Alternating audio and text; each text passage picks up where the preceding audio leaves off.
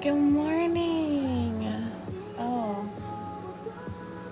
Let me turn this music down so that the internet doesn't get mad. I just did a tarot reading that I wanted to share with y'all because it was so incredibly positive. And as we're going into the new year, I'm not really one to make resolutions. I find that oftentimes we can put really high expectations on ourselves and then just end up getting upset with ourselves when we don't meet the expectations. And so instead, I just want to go into the year with a mindset. Just with a mindset. Knowing that some days I'll be there, I'll be present, and I'll be mindful. And some days I might not be, but at least I have something to come back to and a focal point to start with. The first card I pulled today was the Six of Swords. I found this card to be such an encouraging message because it talks about leaving the past behind and just moving on forward. If you notice, the six swords are all packed away neatly. There's no business left behind. There's no nastiness left behind. We've cut our losses. We're transitioning from drama to peace. What a beautiful concept after the last 2 years that we have experienced. The next card I pulled was the Queen of Wands. Now, the Queen of Wands is a very passionate, enthusiastic leader. She's charismatic. She's self-aware.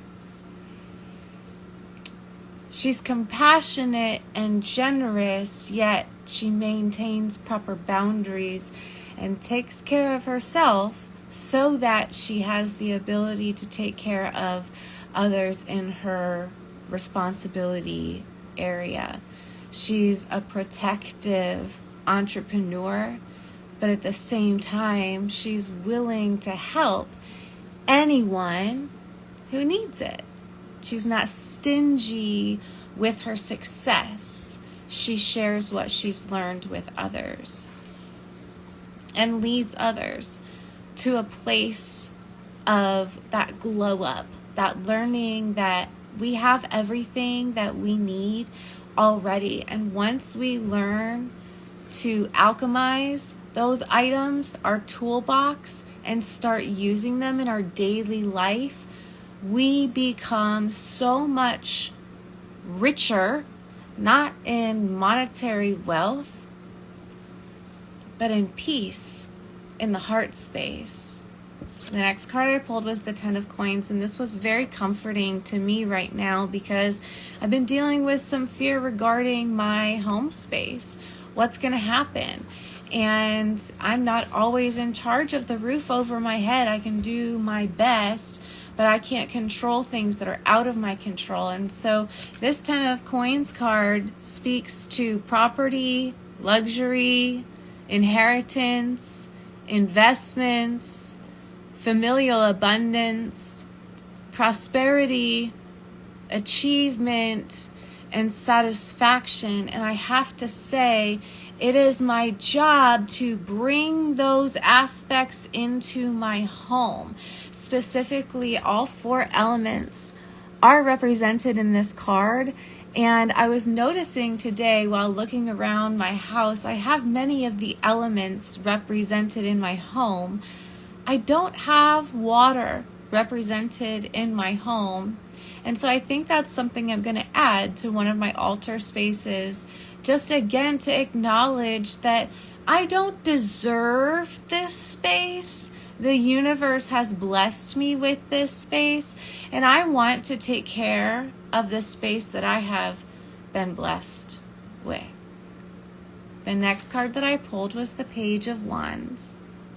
This speaks to good news, youthful enthusiasm, creativity, innovative ideas, and new situations. Anytime we're dealing with a page in the tarot, we're talking about that youthfulness.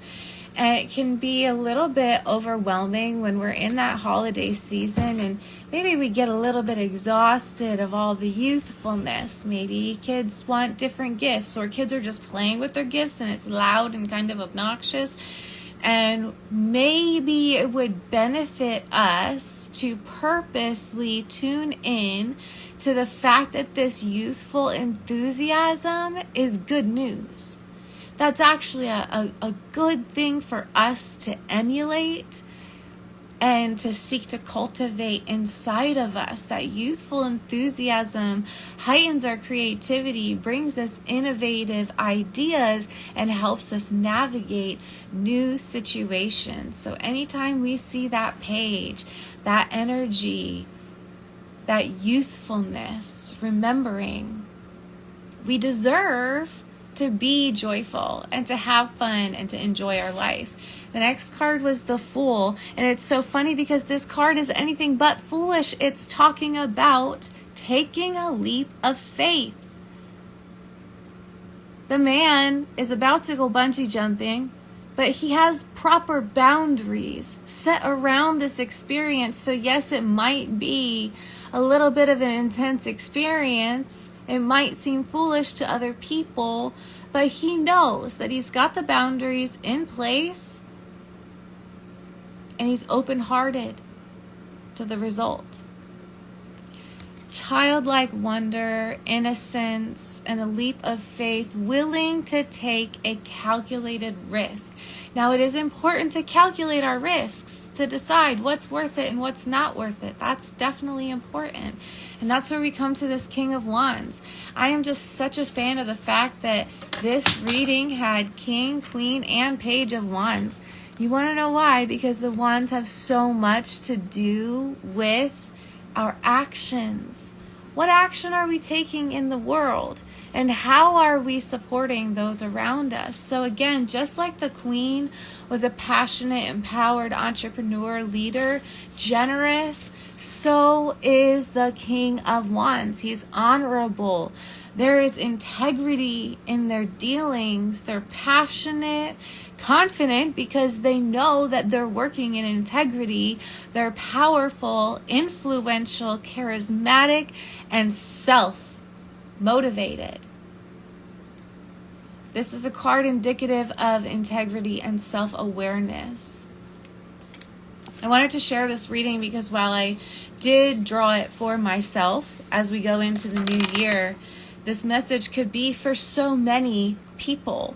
The time of dwelling in the past is gone. It's time for us to recognize that each individual of us has an aspect of the inner child that needs our attention. Maybe our feminine energy has been lacking a little bit, and we could cultivate more of that leader inside of us, that entrepreneur, that creative, inspired leader. Or maybe our masculine energy is low. Maybe we're feeling disjointed. Maybe grounding into spaces that we're already confident and then learning more. Doesn't have to be a ton of effort, but finding something that we're already good at and working a little bit more at that craft can be incredibly satisfying. And it can also help strengthen that masculine energy in case it is waning. Remember that every single one of us has both feminine and masculine energy inside of us. And it's our duty and our responsibility to balance that, because none of us are made to fulfill one of anything. There's so many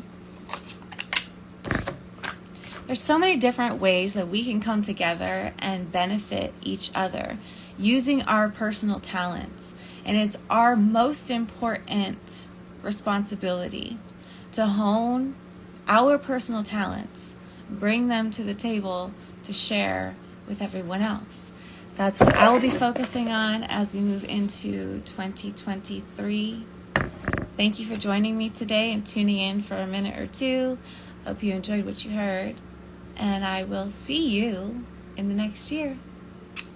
Much love.